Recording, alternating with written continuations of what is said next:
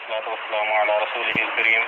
اما بعد فاعوذ بالله من الشيطان الرجيم بسم الله الرحمن الرحيم وعن سهل بن سعد الساعدي رضي الله تعالى عنه قال جاءت امرأة إلى رسول الله صلى الله عليه وسلم فقالت يا رسول الله صلى الله عليه وسلم جئت أحب لك نفسي رواه البخاری إلى الآخر۔ آج جو ہے کتاب النکاح میں سے پیغام نکاح یعنی کہ رشتہ مانگنے کے آداب میں سے ایک ادب جو ہے یہ بیان ہوگا۔ اکثر تو یہی معروف ہے کہ لڑکے والے جا کے لڑکی کا رشتہ مانگتے ہیں، لیکن شریعت میں یہ بھی جائز ہے کہ لڑکی خود نیک صالح آدمی کو پسند کر لے، اپنا نفس اس کے لیے ہبہ کر دے، یا لڑکی کا جو ہے سرپرست خود نیک صالح لڑکے کو آفر کر دے کہ میں اپنی بچی کا رشتہ تجھے دینا چاہتا ہوں، جیسا کہ سیدنا عمر رضی اللہ تعالیٰ عنہ نے اپنی بیٹی حفصہ کی شادی جو ہے ابو بکر کو کہا کہ میں تیرے ساتھ کر دیتا ہوں، عثمان کو بھی کہا، لیکن نبی صلی اللہ علیہ وسلم نے ان کے ساتھ شادی کر لی۔ تو یہ درست ہے کہ لڑکی اپنا نفس کسی نیک صالح آدمی کے لیے ہبہ کر دے۔ اس کے متعلقہ سہل بن سعدی رضی اللہ تعالیٰ عنہ سے روایت ہے، یہ صحابی رسول کہتے ہیں کہ ایک عورت آئی رسول اللہ صلی اللہ علیہ وسلم کے پاس اور اس نے کہا یا رسول اللہ میں اپنے نفس کو آپ کے لیے ہبہ کرنے کے لیے آئی ہوں، یعنی کہ میں آئی ہوں کہ آپ کے ساتھ شادی کر لوں۔ تو اللہ کے نبی صلی اللہ علیہ وسلم نے اس کی طرف دیکھا، نظر کو اوپر اٹھایا، عورت کی طرف دیکھا، پھر نیچے جھکا لیا۔ تو یہ جو دیکھنا تھا نبی صلی اللہ علیہ وسلم کا، پیچھے 2 دن قبل ہم نے یہ پڑھا تھا کہ مخطوبہ جو ہے جس کو پیغام نکاح بھیجا ہے اس کو ایک نظر دیکھا جا سکتا ہے۔ تو وہ عورت آئی، اس نے نفس ہبہ کیا، تو نبی صلی اللہ علیہ وسلم نے اس غرض سے دیکھا اس کی طرف،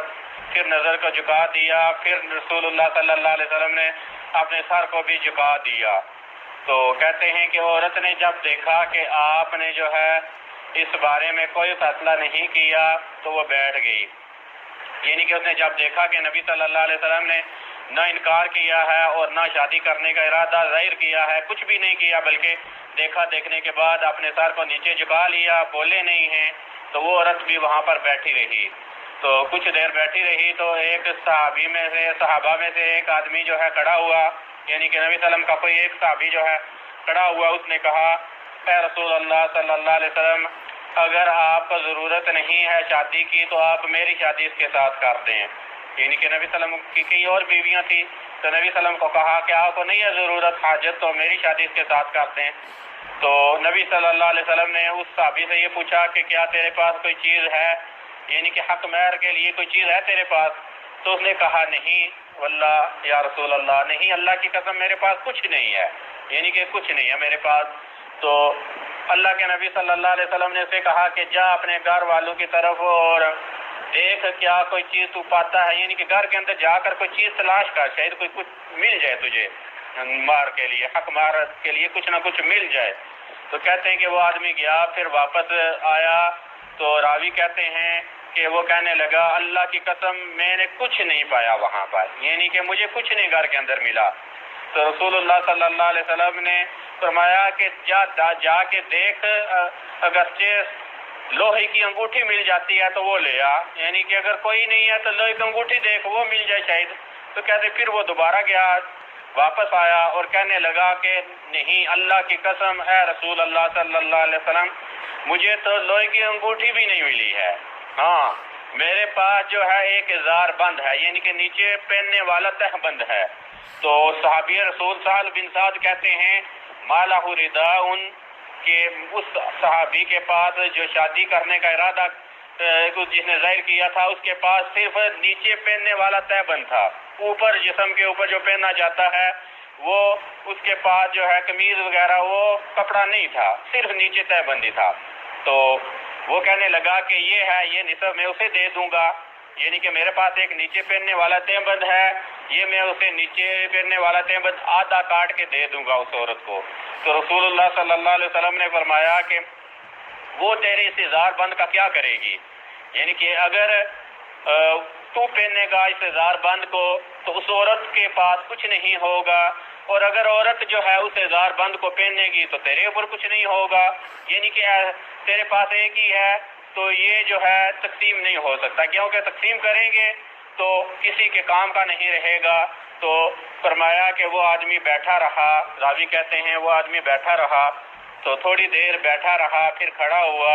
تو رسول اللہ صلی اللہ علیہ وسلم نے یعنی کہ کھڑا ہو کے واپس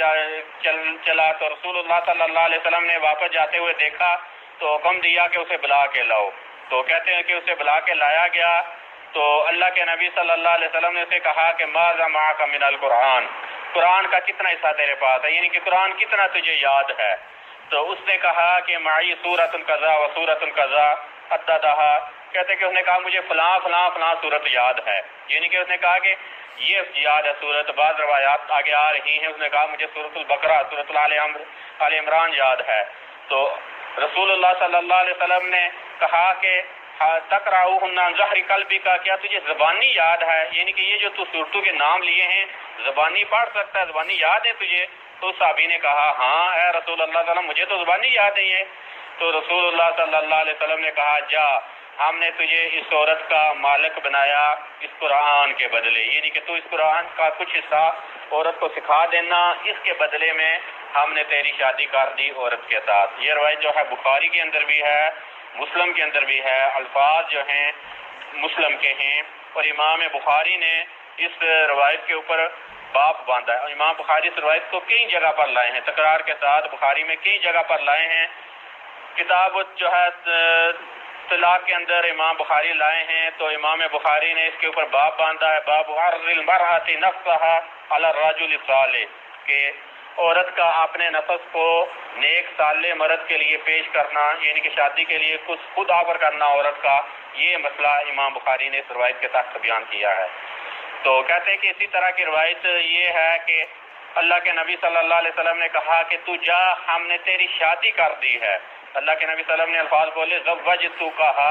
ہم نے تیری شادی کر دی ہے، تو جا کر اسے جو ہے قرآن سکھا دینا، یہ نبی صلی اللہ علیہ وسلم نے الفاظ کہے۔ اور بخاری کی ایک روایت کے الفاظ ہیں، اللہ کے نبی صلی اللہ علیہ وسلم نے کہا املکناکھا، ہم نے تجھے مالک بنا دیا اس عورت کا، بما معک من القرآن، جو تیرے پاس قرآن ہے، یعنی کہ جو قرآن کا حصہ یاد ہے اس کے بدلے میں ہم نے تجھے مالک بنا دیا اس عورت کا۔ سنن ابی داؤد کے اندر ابو ہریرہ رضی اللہ تعالیٰ عنہ سے یہی روایت ہے، اس کے اندر یہ ہے کہ اس صحابی نے یہ کہا تھا کہ مجھے یاد ہے قرآن کا کچھ حصہ، تو نبی صلی اللہ علیہ وسلم نے کہا تھا کہ ما تحفظ، تجھے کیا یاد ہے، یعنی کہ کون سی صورتیں یاد ہیں؟ تو اس نے کہا سورۃ البقرہ والتی تلیہا، مجھے سورۃ البقرہ اور اس کے ساتھ اگلی جو صورت ہے وہ یاد ہے۔ تو اللہ کے نبی صلی اللہ علیہ وسلم نے کہا کہ قم، کھڑا ہو جا، فعلمھا 20 آیتاً، 20 آیتیں اسے سکھا دینا عورت کو۔ لیکن یہ روایت جو ہے سندن ضعیف ہے، یہ روایت جو ہے جس کے اندر بخاری کا ذکر ہے اور 20 آیات یاد کروانے کا ذکر ہے، یہ ضعیف ہے، یعنی کہ نبی صلی اللہ علیہ وسلم نے تعین نہیں کی تھی کہ کون سی صورت یاد کرانی ہے۔ نبی صلی اللہ علیہ وسلم نے کہا کہ تو قرآن کا کچھ حصہ اسے یاد کرا دینا، اس کے بدلے میں ہم نے تیری شادی کر دی اس عورت کے ساتھ۔ تو اس روایت کے اندر جو ہے ہمارے موضوع کے متعلقہ یہی تھا کہ وہ عورت آئی تھی، خود نبی صلی اللہ علیہ وسلم کو جو ہے شادی کی آفر کی تھی۔ معلوم تو یہی ہے کہ لڑکے والے جاتے ہیں لڑکی کے پاس، لیکن جو ہے اس روایت کے اندر یہ ہے کہ نبی صلی اللہ علیہ وسلم کو اس عورت نے خود جو ہے شادی کرنے کی آفر کی، نبی صلی اللہ علیہ وسلم کو خود جو ہے شادی کرنے کے لیے اپنے آپ کو پیش کیا۔ اسی طرح کی ایک اور روایت بخاری کے اندر ہے، انس بن مالک رضی اللہ تعالیٰ عنہ کہتے ہیں کہ ایک عورت آئی رسول اللہ صلی اللہ علیہ وسلم کے پاس اور کہنے لگی کہ میں اپنا نفس جو آپ کو پیش کرتی ہوں۔ تو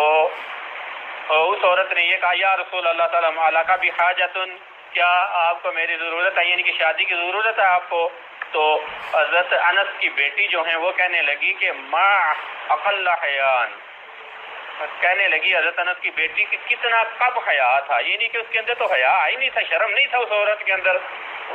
تو آئے افسوس اس عورت کے اندر جو ہے شرم نہیں تھا۔ حضرت انس بن مالک رضی اللہ تعالیٰ عنہ کہنے لگے کہ وہ عورت جو ہے میری بیٹی تو سے بہتر ہے، خیر والی ہے، بہتر ہے، کیونکہ اس نے نبی صلی اللہ علیہ وسلم کے اندر رغبت دیکھی، نبی صلی اللہ علیہ وسلم کے بارے میں رغبت دیکھی، تو اس نے آپ کو اپنا نسل پیش کر دیا، کہا کہ شادی کرنا چاہتے ہیں تو آپ میرے ساتھ شادی کر دیں۔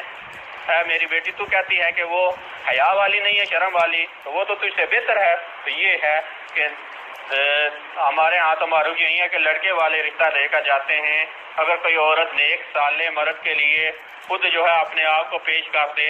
تو شریعت کے اندر کوئی معیوب عیب والی بات نہیں ہے، بلکہ جائز ہے۔ اسی طرح جو ہے یہ تو ہے کہ عورت نے پیش کیا، اسی طرح عورت کے ورثاء اولیاء جو ہیں وہ کسی نیک صالح کے لیے آفر کرتے ہیں کہ میری بیٹی کے ساتھ شادی کر لو، تو یہ بھی شریعت کے اندر درست ہے۔ یعنی کہ رشتہ دینے لینے کا ایک طریقہ، ایک ادب یہ بھی ہے کہ رشتہ جس کے پاس موجود ہے وہ مرد کو خود پیش کر دے۔ تو اس روایت کے اندر جو ہے کئی مسائل تھے۔ ایک تو یہ تھا کہ عورت اپنے نفس کو پیش کر سکتی ہے،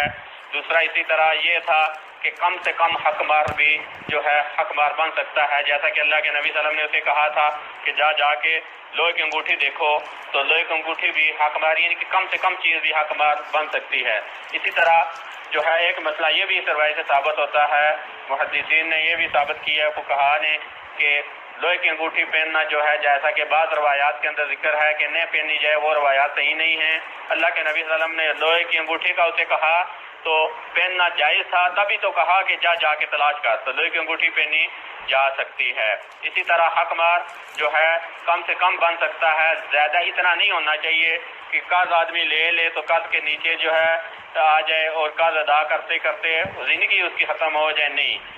اپنی استطاعت کے مطابق حق مار ہونا چاہیے، نہ اتنا کم ہو نہ اتنا زیادہ ہو، یعنی کہ جتنی استطاعت ہے، جتنا آدمی کے پاس مال و دولت ہے وہ حق مار جو ہے اتنا مقرر کریں جتنی استطاعت ہے، نہ زیادہ ہو نہ کم ہو۔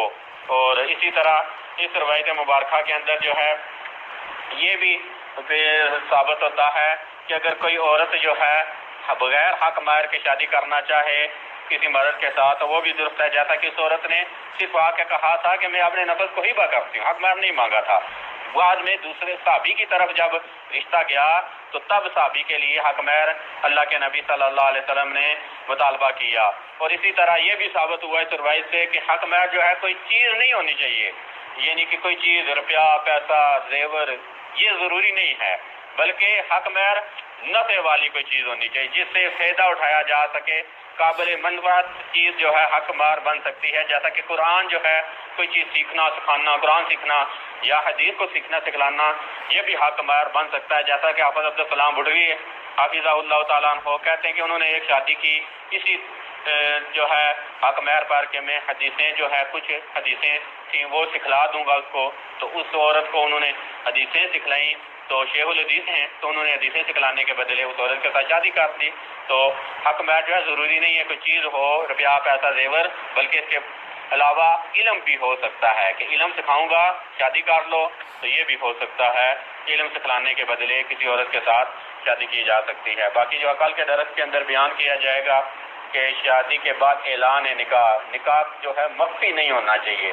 لوگوں کے ہاں معروف مشہور نکاح ہونا چاہیے، اعلان ہونا چاہیے نکاح کا۔ تو انشاءاللہ اس کے متعلقہ کل پڑھیں گے۔ واستغفر اللہ لی ولکم ولسائر المسلمین والمسلمات وآخر دعوانا ان الحمد للہ رب العالمین۔